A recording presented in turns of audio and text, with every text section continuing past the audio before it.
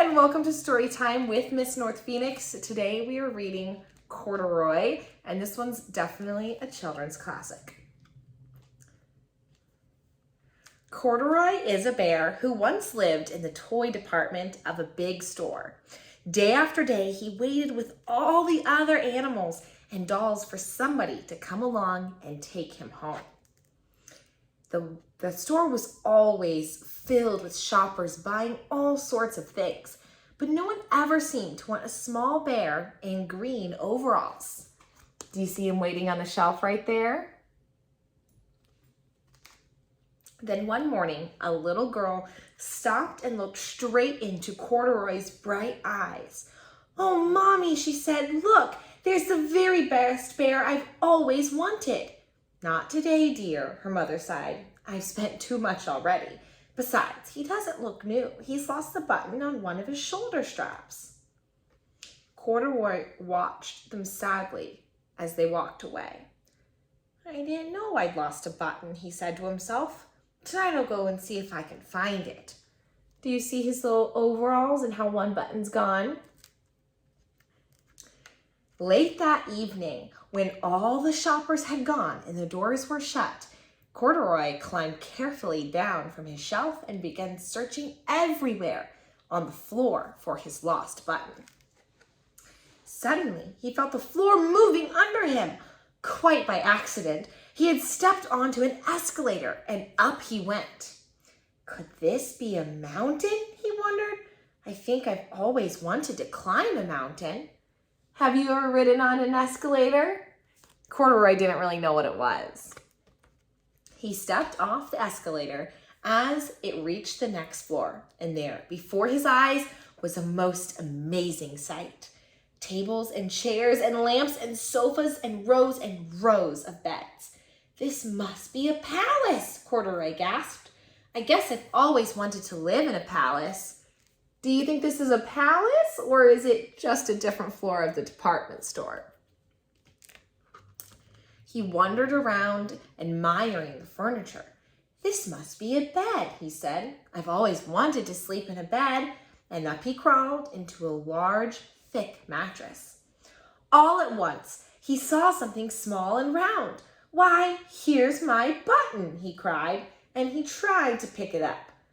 But like all the other buttons on the mattress, it was tied down tight. See, he's trying to pull it off the mattress. That's not his button. He yanked and pulled with both paws until pop! Off came the button, and off the mattress, Corduroy toppled. Bang! Into a tall floor lamp. Over it fell with a crash. He's making quite a mess. Corduroy didn't know it, but there was someone else awake in the store. The night watchman was going his rounds on the floor above when he heard the crash. He came dashing down the escalator. "Now, who in the world did that?" he exclaimed. "Somebody must be hiding around here." He flashed his light under and over sofas and beds until he came to the biggest bed of all. And there he saw two fuzzy brown ears sticking up from under the cover. Do you see the brown ears? "Hello," he said. "How did you get upstairs?" The watchman tucked Corduroy under his arm and carried him down the escalator and set him on the shelf in the toy department with the other animals and dolls.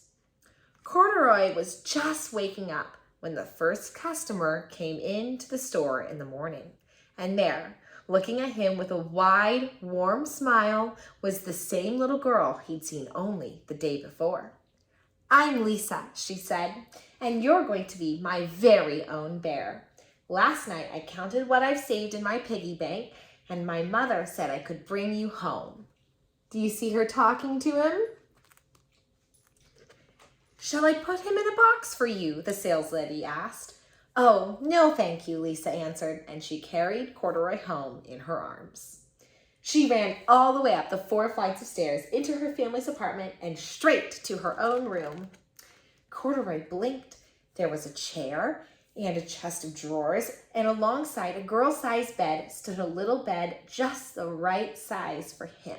The room was small, nothing like that enormous palace in the department store. This must be home, he said. I know I've always wanted a home. Do you see his little bed next to hers? Lisa sat down with Corduroy on her lap and began to sew a button on his overalls. I like you the way you are, she said, but you'll be more comfortable with your shoulder strap fastened. You must be a friend, said Corduroy. I've always wanted a friend. Me too, said Lisa, and gave him a big hug. And that is the end of Corduroy. I love this story. I think this one's very, very sweet. You can buy a version of this on any of your local bookstores, and Barnes & Noble and Amazon has it as well.